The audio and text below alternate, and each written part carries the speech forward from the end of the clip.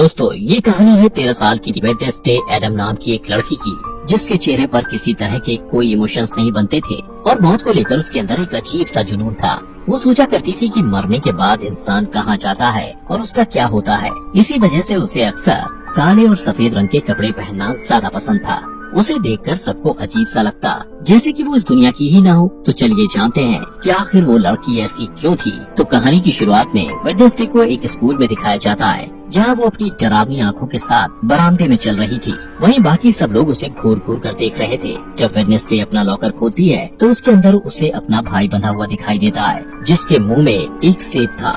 Wednesday उसकी रस्सियों को खोलती है कि अचानक उसे एक विजन आता है, जिसमें वो देखती है कि कुछ लोग उसके भाई को टॉर्चर कर रहे हैं। यहाँ हमें पता चलता है कि वेडनेसडे कोई आम बच्ची नहीं है और वो किसी को भी छूकर उसका अतीत और भविष्य देख सकती है। जब वेडनेसडे को पता चलता है कि स्विमिंग टीम के लड़कों ने उसके भाई को टॉर्चर किया था, तो वो 2 बैग में पिराना फिशेस को, जो बहुत ज्यादा खूंखार मांसाहारी मछलियाँ होती हैं, उनको भरकर स्विमिंग पूल के पास जाकर उन खून की प्यासी मछलियों को स्विमिंग पूल में छोड़ देती है, जिससे सारे लड़के अपनी जान बचाने के लिए पूल से बाहर निकलने की कोशिश करते हैं। तब वेडनेसडे उनसे कहती है कि उसके अलावा कोई भी उसके भाई को परेशान नहीं कर सकता। इसके बाद सीन शिफ्ट होता है और वेडनेसडे के माता पिता मोर्टिजिया और गोम्स को दिखाया जाता है। वो दोनों वेडनेसडे की हरकतों से परेशान हो चुके थे, इसलिए वो उसे नेवरमोर एकेडमी भेजने का फैसला करते हैं। इस एकेडमी में वो बच्चे रहते हैं जिनके पास कुछ खास ताकतें होती हैं और यहाँ उन्हें अपनी ताकत पर काबू पाना सिखाया जाता है। मोर्टिजिया और गोम्स भी इसी एकेडमी के स्टूडेंट्स थे, जिससे पता चलता है कि उनके पास भी सुपर पावर्स हैं। सीन शिफ्ट होता है और एक लड़के एम्बार्क्स को दिखाया जाता है, जो एक हाइकर था। वो नेवरमोर एकेडमी के पास वाले जंगल में अकेला चला जाता है। वो जंगल में एक जगह रुककर आराम कर रहा होता है कि अचानक एक अनजान क्रिएचर उस पर हमला कर देता है और उसे मार देता है। उस एरिया के एक पुलिस को उसकी जख्मी बॉडी मिलती है और वो आसपास की जांच करता है। यहाँ पता चलता है कि ये पहला हादसा नहीं था, बल्कि इससे पहले भी ऐसे कई हादसे यहाँ हो चुके हैं। दूसरी तरफ वेडनेसडे एकेडमी में जाती है और वहाँ की प्रिंसिपल लैरिसा वेम्स से मिलती है, जो उस एकेडमी को चलाती है। लैरिसा उसे रूममेट्स एनेट से मिलवाती है। एनेट एक वेयरवुल्फ थी और हर मामले में वेडनेसडे से पूरी तरह अलग थी। एनेट को रंग बहुत पसंद थे और उसने अपने साइड के कमरे को अलग अलग रंगों से सजा रखा था, जबकि वेडनेसडे को काली और डार्क रंग की चीजें पसंद थी। बाद में एनेट वेडनेसडे को एकेडमी में घुमाती है और वहाँ के मेन ग्रुप फैंग्स, फर्स, स्टोनर्स और स्केल्स के बारे में बताती है। फैंग्स के ग्रुप में वैम्पायर्स होते हैं, फर्स्ट ग्रुप में वेयरवुल्फ होते हैं और स्टोनर्स पत्थर में बदल सकते हैं और उनके सर पर सांप होते हैं। वहीं स्केल्स में जलपरियां होती हैं, जो लोगों के साथ आसानी से हेरफेर कर सकती हैं। एनेट वेडनेसडे को सबसे पॉपुलर लड़की बायंसा बार्कले के बारे में बताती है, जो बहुत ही खूबसूरत जलपरी थी। बायंसा का एक एक्स बॉयफ्रेंड ज़ेवियर थॉप भी उस एकेडमी में होता है, जो अपनी ड्राइंग को असलियत में बदल सकता है। इसके बाद वेडनेसडे के माता पिता वहाँ से चले जाते हैं, लेकिन जाने से पहले वेडनेसडे के पिता उस पर नजर रखने के लिए एक कटा हुआ हाथ वहाँ छोड़ देते हैं, जो जिंदा होता है और उसे थिंग कहा जाता है। इसके बाद वेडनेसडे तलवारबाजी की क्लास में जाती है और वहाँ बायंसा के खिलाफ लड़ने के लिए तैयार हो जाती है। बायंसा और वेडनेसडे के बीच जबरदस्त लड़ाई शुरू होती है और दोनों बराबर पॉइंट पर होते हैं। इसके बाद बायंसा कहती है कि वो बिना किसी हेलमेट के ये गेम खेलना चाहती है और ये गेम तब खत्म होगा जब दोनों में से किसी एक के शरीर से खून निकलेगा। दोनों के बीच फिर से लड़ाई शुरू होती है और दोनों एक दूसरे के ऊपर वार पे वार करते हैं। बायंसा वेडनेसडे पर वार करती है और उसके सर के बाएं तरफ एक कट लग जाता है, जिससे वेडनेसडे के सर से खून निकलने लगता है। इस तरह बायंसा जीत जाती है। वेडनेसडे को चोट पर मरहम लगाने के लिए ले जाया जाता है। जैसे ही वेडनेसडे पट्टी लगवाकर बाहर निकलती है, ऊपर से बर्ड के आकार का एक बड़ा पत्थर उसके ऊपर गिरने वाला होता है, लेकिन उसी वक्त ज़ेवियर उसे धक्का देकर बचा लेता है। कुछ देर बाद वेडनेसडे अपने कमरे में वापस आती है तो उसे महसूस होता है कि कमरे में कोई है और उस पर नजर रख रहा है। वो कमरे को चेक करती है और बेडशीट के नीचे उसे थिंग मिल जाता है। वेडनेसडे समझ जाती है ये उसके माता पिता का काम है, इसलिए वो थिंग से कहती है कि उसे उसका साथ देना होगा, वरना वो उसे ड्रॉर में बंद कर देगी। थिंग डर जाता है और उससे वादा करता है कि वो वेडनेसडे के साथ गद्दारी नहीं करेगा। वेडनेसडे ने जो पिराना वाला प्रैंक किया था, उस वजह से उसे दिमागी डॉक्टर के पास ले जाया जाता है। लैरिसा उसे नेवरमोर एकेडमी के पास ही एक छोटे से शहर जेरिको में जांच के लिए लेकर जाती है। वेडनेसडे अपनी थेरेपिस्ट से मिलती है, लेकिन उसे किसी के बारे में कुछ भी नहीं बताती। उसके दिमाग में एक प्लान आता है और वो बाथरूम से जाने के बहाने खिड़की से निकलकर भाग जाती है। इस बीच वो एक आदमी से टकरा जाती है और उसे एक विजन आता है, जहाँ वो देखती है उस आदमी की कार एक्सीडेंट में मौत होने वाली है। वेडनेसडे डर जाती है और रिलैक्स होने के लिए कॉफी शॉप में पहुँच जाती है। वहाँ उसकी मुलाकात पुलिस के बेटे टायलर से होती है, जो वहाँ कॉफी बेचने का काम करता है। टायलर अपनी एस्प्रेसो मशीन को ठीक करने की कोशिश कर रहा होता है लेकिन उसे कुछ समझ नहीं आता क्योंकि मशीन में जो इंस्ट्रक्शंस लिखे हुए थे वो इटालियन भाषा में थे। वेडनेसडे को इटालियन पढ़ना आता था, इसलिए वो आसानी से मशीन को ठीक कर देती है और इसके बदले में वो उसे बस स्टेशन तक छोड़ने को कहती है। टायलर के कुछ कहने से पहले ही वहाँ वो लड़के आ जाते हैं जिन्होंने वेडनेसडे के भाई को टॉर्चर किया था। वो लोग वेडनेसडे को भी परेशान करने लगते हैं। पहले वेडनेसडे उन्हें नजरअंदाज करने की कोशिश करती है, लेकिन जब बर्दाश्त नहीं होता तो वो उन्हें मारने लगती है। कुछ ही समय में लैरिसा पुलिस के साथ वहाँ आ जाती है और वहाँ की हालत देखकर उसे गुस्सा आता है और वो वेडनेसडे को डांटती है। इसके बाद वो लोग नेवरमोर एकेडमी जाने के लिए निकल जाते हैं। रास्ते में उन्हें एक टूटी फूटी कार दिखाई देती है जिसका एक्सीडेंट हो गया था और उस कार पे वही आदमी था जिससे वेडनेसडे टकराई थी। उस रात वेडनेसडे वायलिन में बहुत डरावना म्यूजिक बजाती है। वो पूर्णिमा की रात थी और भेड़ियों के चिल्लाने की आवाज भी सुनाई देती है। तभी एनेट वेडनेसडे को बताती है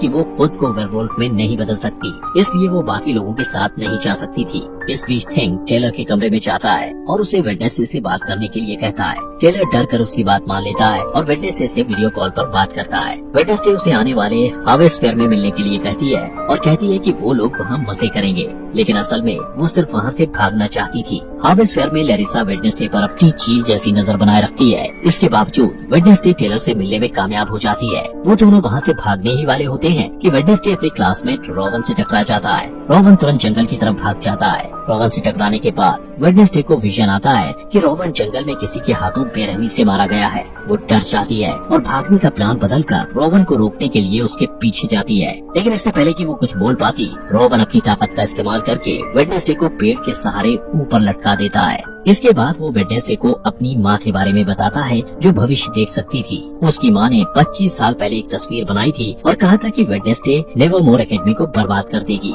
इसलिए रोवन कहता है कि कुछ भी बुरा होने से पहले वो वेडनेसडे को मार देगा। इसके बाद वो अपनी जादुई ताकत से वेडनेसडे का गला घोटने लगता है। तभी एक भयानक राक्षस उसके ऊपर हमला कर देता है और रोवन को बेरहमी से मारकर वहाँ से गायब हो जाता है। वेडनेसडे उसकी कटी फटी बॉडी के ऊपर पड़ी हुई उस तस्वीर को उठाती है जिसे रोवन की माँ ने बनाया था। उसी वक्त पुलिस का हेड अपने पुलिस ऑफिसर्स के साथ वहाँ आता है और रोवन की बॉडी को ढूंढने की कोशिश करता है, लेकिन उसे बॉडी नहीं मिलती है। इसके बाद वेडनेसडे को पुलिस हेड के साथ दिखाया जाता है जो वहाँ हुई घटना के बारे में उसे बताती है, लेकिन हेड को उस क्रिएचर वाली बात पर भरोसा नहीं होता और उसे लगता है कि ये काम नेवरमोर एकेडमी के ही किसी स्टूडेंट का है। तभी वहाँ एक ऑफिसर आ जाता है। उसकी नजर दरवाजे से निकलते हुए रोवन पर पड़ती है जो जिंदा था। जब वेडनेसडे अपने कमरे में जाती है तो देखती है कि एनेट पीओ कप नाम की एक कॉम्पिटिटर की तैयारी में बिजी है। ये एक बोट रेस की प्रतियोगिता थी जो हर साल एकेडमी में ऑर्गेनाइज की जाती है। बाद में वेडनेसडे रोवन से बात करने की कोशिश करती है, लेकिन लैरिसा उसे कहती है कि रोवन को एकेडमी से निकाल दिया गया है, जिसका कारण वो उसे नहीं बता सकती। वेडनेसडे को शक होता है और वो प्लान बी के मुताबिक थिंग को रोवन पर नजर रखने के लिए उसके पीछे भेजती है। फिर सीन बदलता है और रोवन को एक रेलवे स्टेशन में जाते हुए दिखाया जाता है। थिंग उसका पीछा करता है। रोवन आसपास का माहौल चेक करने के बाद वॉशरूम में चला जाता है, जहां वो अपना रूप बदलकर एक बूढ़ा आदमी बन जाता है, लेकिन थिंग रास्ता भटक जाता है, इसलिए वो रोवन को अपना रूप बदलते हुए देख नहीं पाता। इसके बाद वो बूढ़ा आदमी लैरिसा का रूप ले लेता है। यहाँ पता चलता है कि लैरिसा ही अपना रूप बदलकर रोवन की मौत को छुपाने की कोशिश कर रही थी। वेडनेसडे के पास और कोई रास्ता नहीं होता, इसलिए वो रोवन की मौत का सुराग ढूंढने के लिए जंगल में जाती है, जहाँ उसे टेलर मिलता है जो अपने बाप का पीछा करते हुए वहाँ आया था। थोड़ी देर बाद वेडनेसडे को रोवन का चश्मा मिलता है। वो उसे उठाती है और उसे विजन आते हैं जिसमें वो देखती है कि रोवन के पास नीले रंग की एक किताब थी जहाँ से उसे उसकी माँ की बनाई हुई तस्वीर मिली थी। इसके बाद वेडनेसडे तुरंत ही अपनी क्लास टीचर के पास जाती है और उससे किताब के बारे में पूछती है। उसकी टीचर बताती है कि वो किताब पुराने स्टूडेंट्स के समाज से जुड़ी हुई है जिसे नाइट शिफ्ट्स कहा जाता है, लेकिन उस समाज को बहुत पहले ही खत्म कर दिया गया है। फिर स्कूल से जाने के बाद वेडनेसडे रोवन के कमरे में किताब ढूंढने के लिए जाती है। रोवन के पलंग के नीचे उसे एक मुखौटा मिलता है। वो वहाँ से जाने ही वाली होती है कि तभी वहाँ रोवन का रूममेट ज़ेवियर आ जाता है और उसे देख के वेडनेसडे पलंग के नीचे छिप जाती है। ज़ेवियर से मिलने उसकी एक्स गर्लफ्रेंड वायंसा भी वहाँ आ जाती है। वेडनेसडे उन दोनों की सारी बातें सुन लेता है और उसे पता चलता है कि वायंसा आने वाले बोट रेस की प्रतियोगिता में एनेट को हराने के लिए प्लान बना रही है। इसके बाद वेडनेसडे अपने कमरे में आ जाती है और वायंसा को रेस में हराने के लिए प्रतियोगिता में एनेट का साथ देने का फैसला करती है। अगले दिन एनेट और वेडनेसडे प्रतियोगिता के लिए तैयार हो जाते हैं। इस रेस में सब कुछ अलाउड होता है, इसलिए वायंसा इसका फायदा उठाती है। रेस में 4 टीम भाग लेती हैं और नियम के मुताबिक जो टीम तालाब में गिरे बिना डेस्टिनेशन तक जाकर पहले वापस आ जाएगी वो रेस जीत जाएगी। जैसे ही रेस शुरू होती है, बायंसा अपने एक दोस्त को इशारा करती है जो एक जल परी थी और बाकी बोट को बर्बाद करने के इरादे से बायंसा का साथ दे रही थी।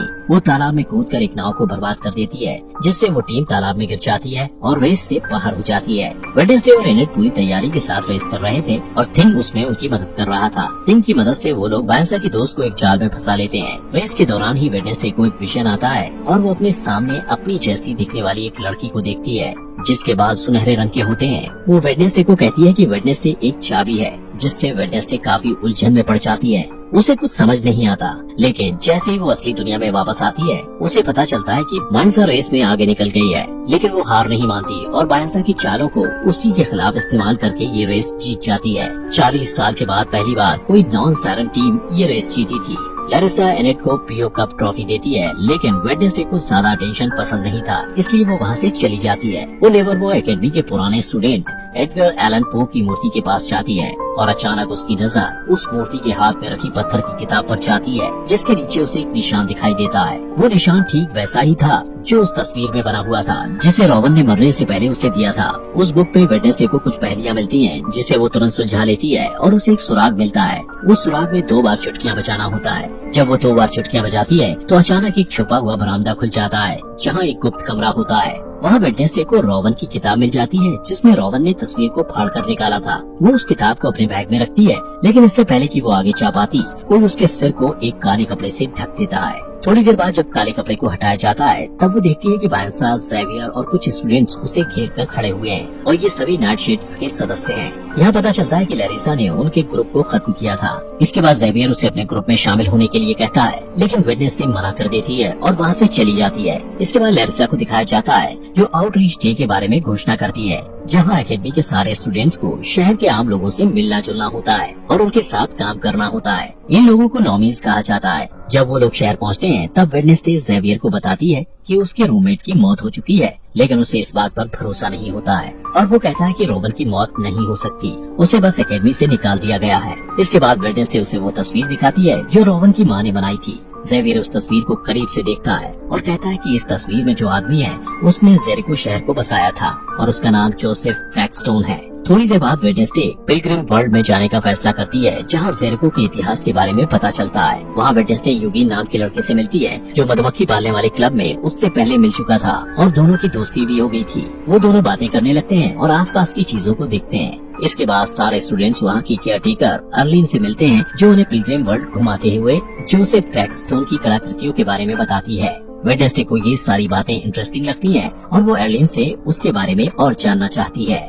अर्लिन बताती है कि उनके पास जोसेफ क्रैकस्टोन के खेतों में इस्तेमाल किए जाने वाले औजार, खाने पीने के बर्तन और फैमिली रूम्स भी है।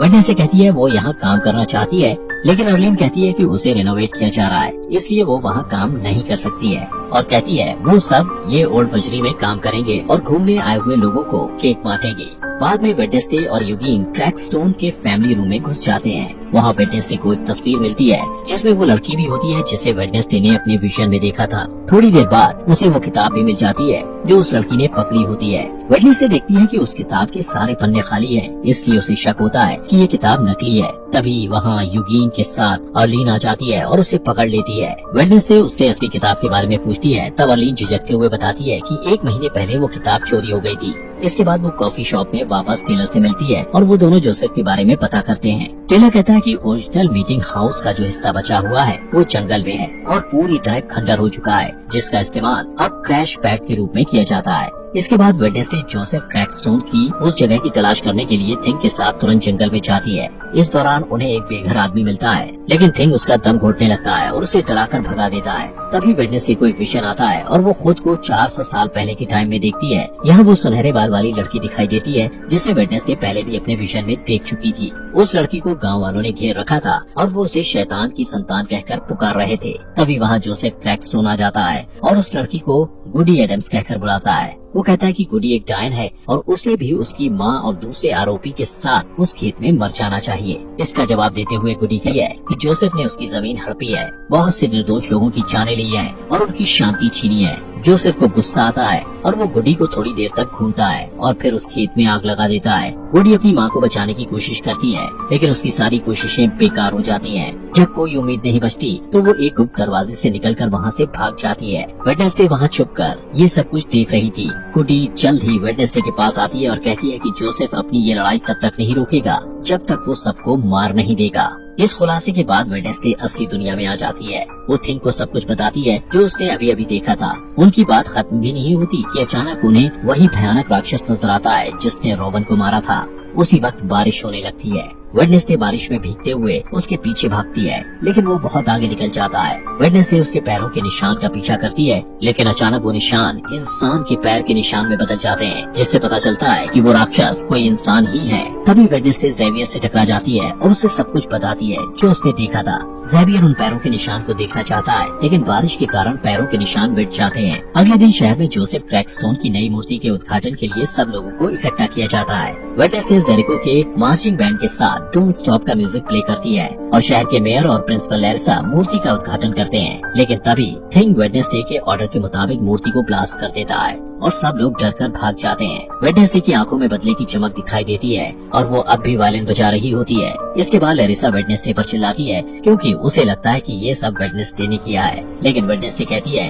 कि उसने ऐसा कुछ नहीं किया है। वेडनेसडे लैरिसा पर इल्जाम लगाते हुए कहती है कि वो जंगल में होने वाले खूनी हादसे का सच जानते हुए भी अनजान बनने की कोशिश कर रही थी। उस रात वेडनेसडे को मिलने वाला बेघर आदमी जंगल में दिखाई देता है। तभी वो राक्षस उस पर हमला कर देता है। उस बूढ़े आदमी के पास एक कैमरा था जिसमें वहाँ की तस्वीरें कैद हो जाती हैं। कुछ समय बाद पुलिस हेड और उसकी टीम जंगल से उस खंडर तक पहुँच जाते हैं और उन्हें उस बेघर बूढ़े आदमी की बॉडी मिलती है। उन्हें वो कैमरा भी मिलता है जिसमें हादसे के वक्त की फुटेज होती है जो असली गुनहगार को सामने ला सकता है। जब कैमरे की तस्वीरों को बड़ा करके देखा जाता है तब पुलिस हेड हत्यारे का चेहरा देखता है। वो एक राक्षस का चेहरा था जिसे देखकर ऐसा लगता था जैसे वो किसी के बुरे सपने से निकल कर आया हो। दोस्तों, अगर आपको इस सीरीज के नेक्स्ट एपिसोड चाहिए तो कमेंट बॉक्स में नेक्स्ट एपिसोड लिखें और ये सीरीज यहाँ तक अच्छी लगी हो तो लाइक